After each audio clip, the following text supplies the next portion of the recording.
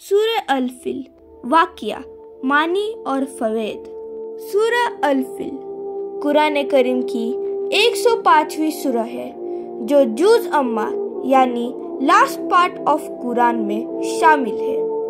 اس سورہ میں اللہ تعالیٰ نے ایک عظیم واقعے کا ذکر کیا ہے جو نبی کریم صلی اللہ علیہ وسلم کی پیدائش سے ٹھیک پہلے مکہ میں پیش آیا تھا۔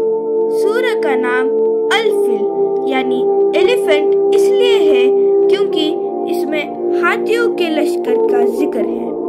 تو چلیے اس واقعے کو تفصیل سے سنتے ہیں۔ یہ واقعہ اس وقت کا تھا جب یمن کا بادشاہ ابرہہ تھا۔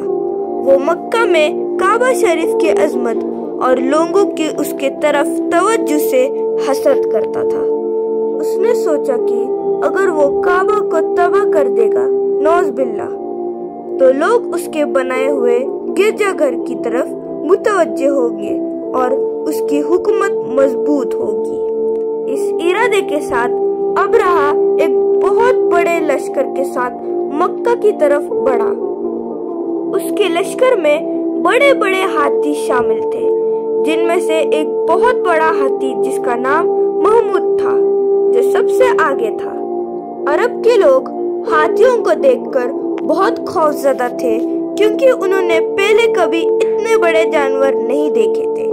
جب ابرہہ کا لشکر مکہ کے قریب پہنچا تو انہوں نے کعبہ کے گرد کے سارے اونٹ اور بکریاں لوٹ لی جن میں عبد المطلب نبی کریم صلی اللہ علیہ وسلم کے دادا کے اونٹ بھی تھے۔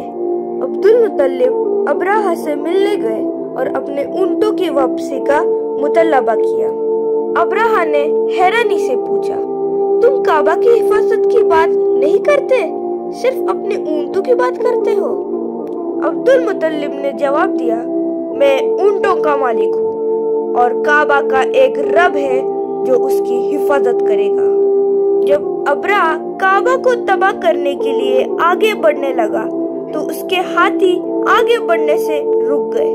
جب بھی ان کا رخ یمن کی طرف کیا جاتا وہ دوڑنے لگتے، لیکن جب کعبہ کی طرف کیا جاتا تو وہ بیٹھ جاتے یا رک جاتے۔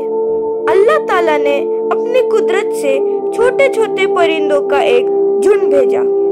یہ پرندے جنہیں ابابیل کہتے ہیں اپنے چونچ اور پنجوں میں چھوٹی چھوٹی کنکریاں لیے ہوئے تھے۔ ان پرندوں نے ابرہہ کے لشکر پر وہ کنکریاں برسانا شروع کر دی۔ جس سپاہی پر وہ کنکر گرتی اس کا جسم گلنا شروع ہو جاتا اور وہ مر جاتا۔ اللہ تعالیٰ نے ابرہہ کے لشکر کو ایسے کر دیا جیسے کھایا ہوا بھوسا ہو۔ ابرہہ بھی اسی طرح ہلاک ہوا۔ اس واقعے کو عام الفل یعنی دا ایئر آف ایلیفنٹ کے نام سے جانا جاتا ہے اور اسی سال نبی کریم صلی اللہ علیہ وسلم کی پیدائش ہوئی تھی۔ چلو اب اس سورہ کا معنی اور تفسیر دیکھتے ہیں۔ سورہ الفل کی آیتیں اس واقعے کو مختصر مگر پر اثر انداز میں بیان کرتی ہے۔ الم تری کیف فعل ربک باصحاب الفیل، معنی کیا تم نے نہیں دیکھا کہ تمہارے رب نے ہاتھی والوں کے ساتھ کیا کیا؟ تفسیر، اللہ تعالیٰ نبی کریم صلی اللہ علیہ وسلم اور تمام انسانیت کو اس عظیم واقعے کی یاد دلاتے ہیں جو ان کی قدرت اور کعبہ کی عظمت کا نشان ہے۔ الم یجعل کیدہم فی تضلیل، معنی کیا اس نے ان کی سازش کو ناکام کر دیا؟ ابرہہ اور اس کے لشکر کی کعبہ کو تباہ کرنے کی سازش کو اللہ نے پوری طرح سے ناکام کر دیا۔ وَأَرْسَلَ عَلَيْهِمْ طَيْرًا أَبَابِيلَ، اس کا معنی ہے اور ان پر ابابیل پرندے بھیجے۔ اس کی تفسیر یہ ہے اللہ نے اپنی طاقت سے چھوٹے چھوٹے پرندوں کا ایک جھنڈ بھیجا۔